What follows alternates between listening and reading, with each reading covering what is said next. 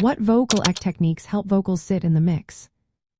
Have you ever wondered how to make vocals stand out in a mix without overpowering other instruments? Achieving that balance is key in audio engineering and mixing. Let's break down some effective vocal equalization techniques that can help your vocals sit perfectly in the mix. First up, high-pass filtering is essential. Start by applying a high-pass filter around 100 to 130 Hz. This removes low-frequency rumble and unwanted sub-bass energy. It helps clear up the vocal sound, especially when competing with bass and kick drum elements. Remember, the exact cutoff will vary based on the vocal type. Lower male vocals may need a lower cutoff, while higher female vocals can benefit from a higher one. Next, let's talk about managing low-mid frequencies between 200 and 500 Hz. The 200 to 300 Hz range adds body and warmth to vocals. However, too much can create muddiness. A gentle boost here can add fullness, while a cut can help reduce boominess.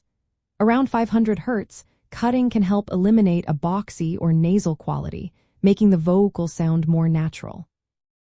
Now we move on to presence and clarity. Boosting in the 1-2 kHz range can add presence, allowing the vocal to cut through the mix.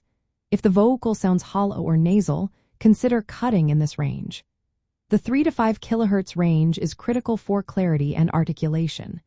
Boosting here can increase intelligibility, while cutting can smooth out harshness or sibilance. Adding air and brightness is another important technique. A high shelf boost around 10 kHz introduces air and sparkle, enhancing the vocal's openness. Be cautious not to boost sibilance, which can create harsh S sounds. A narrow boost centered near 20 kHz can add air without emphasizing sibilance. Creating space in the mix is vital too.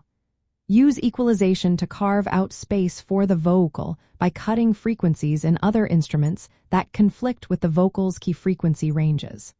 For example, if you boost around 2 kHz for the vocal, reduce that range in competing instruments to help the vocal stand out.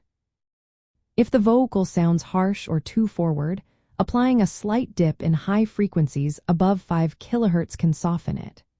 Using linear phase equalization settings can help reduce the impact of sharp attacks, allowing the vocal to blend smoothly without losing clarity.